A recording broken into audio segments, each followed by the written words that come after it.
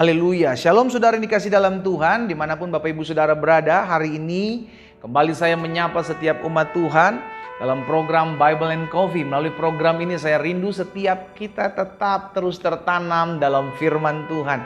Karena hidup kita tidak ditentukan oleh apa yang menjadi perkataan orang tentang kita, tapi hidup kita ditentukan oleh apa kata firman Tuhan tentang kita.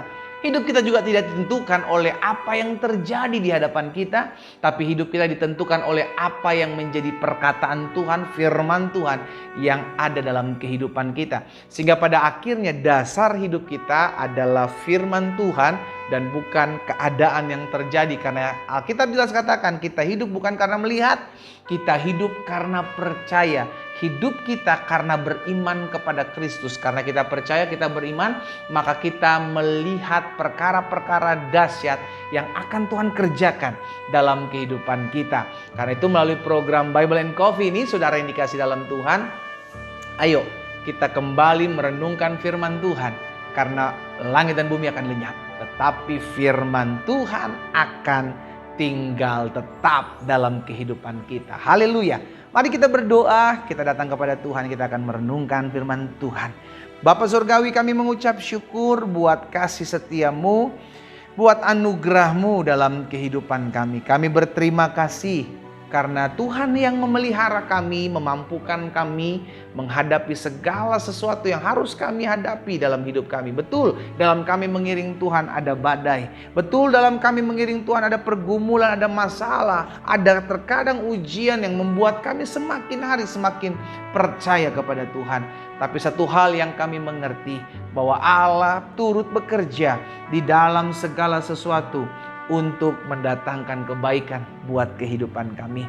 Karena itu ya Allah, Roh Kudus, sampaikan sesuatu bagi masing-masing kami.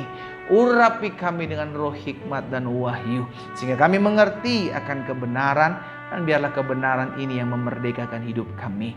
Di dalam nama Tuhan Yesus Kristus kami berdoa. Haleluya. Amin, amin. Puji Tuhan. Saudara dikasih dalam Tuhan, kita tahu bersama bahwa Yesus lahir di palungan, ya kan, tempat makan hewan, saudara dikasih dalam Tuhan.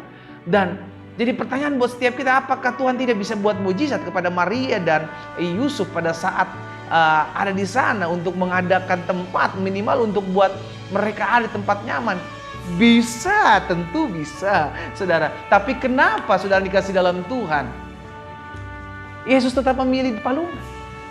Berarti ada sesuatu yang Tuhan mau ajarkan dalam kehidupan saudara dan saya. Nah, coba kita lihat sama-sama Lukas pasal 2 ayat 6 dan ayat yang ke-7.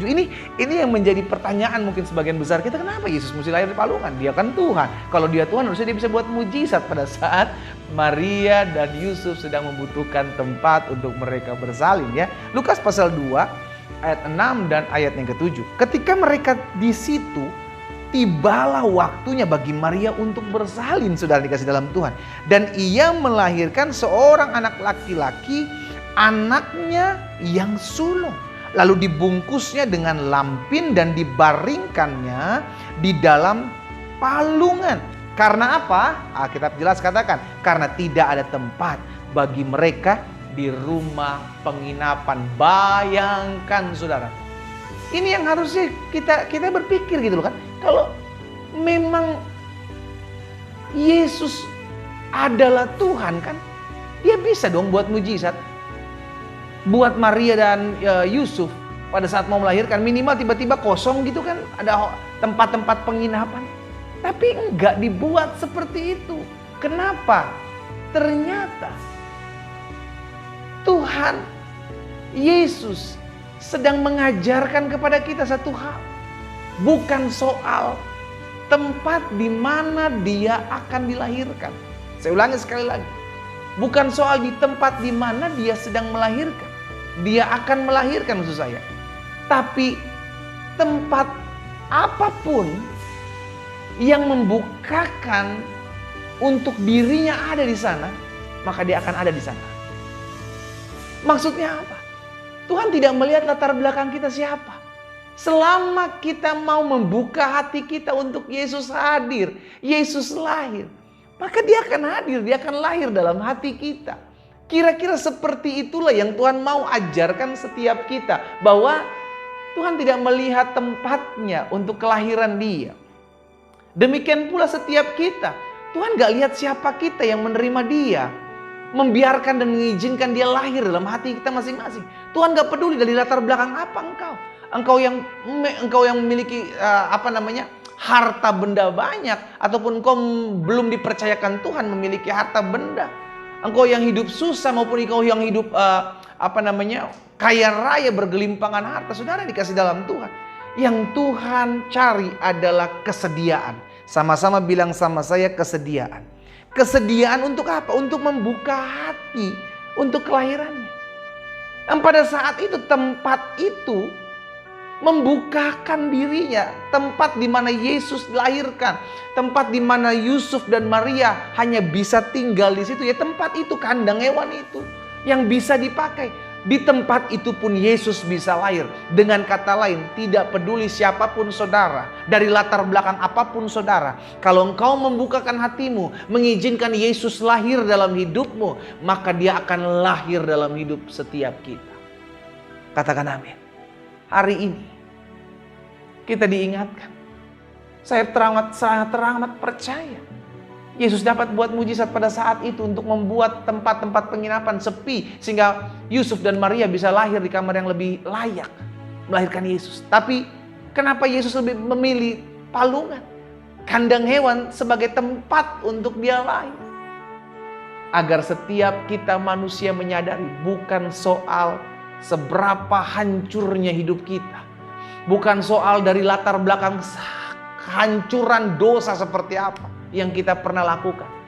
Tapi selama kita membukakan hati kita sebagai palungan, tempat di mana Yesus akan lahir, maka Yesus akan ada di sana.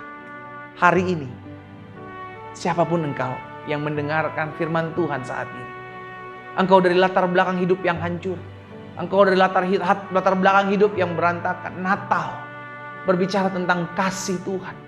Dia tidak melihat tempat di mana dia akan dilahirkan.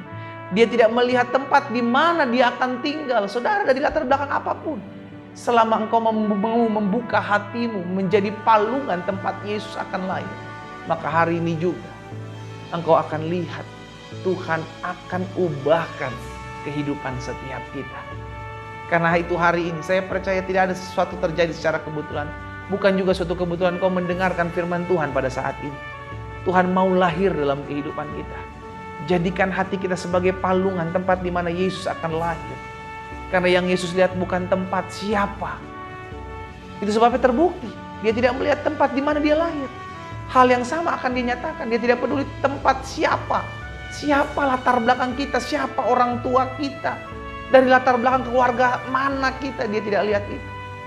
Yang dia lihat adalah apakah hati kita terbuka menyediakan tempat sebagai tempat dia lahir dalam hidup kita. Ketika kita membuka dan menyediakan tempatnya, disitulah Yesus akan lahir. Dan Yesus akan memerintah dalam hidup kita. Mari kita datang kepada Tuhan. Kita berdoa. Terpujilah Tuhan. Yang menuntun kami, terpujilah Tuhan. Yang membimbing kami. Terpujilah Tuhan yang menyelamatkan kami. Kami mengucap syukur sebab Yesus Tuhan kami tidak memilih-milih tempat untuk ada dalam pribadi, untuk ada di tempat manapun.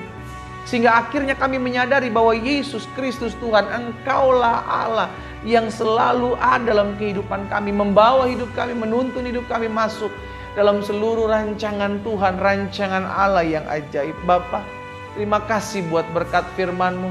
Terima kasih buat kasih setia Tuhan. Terima kasih buat anugerah Tuhan. Kami diingatkan hari ini. Kami perlu membuka hati kami sebagai palungan tempat di mana Yesus Kristus Tuhan kami akan lahir. Kami menyediakan tempat ini. Kami membuka hati kami. Datang, lahir, masuklah dalam hati kami ya Tuhan. Memerintahlah dalam hati dan hidup kami. Terima kasih Bapa. Di dalam nama Tuhan Yesus Kristus kami berdoa. Haleluya. Amin.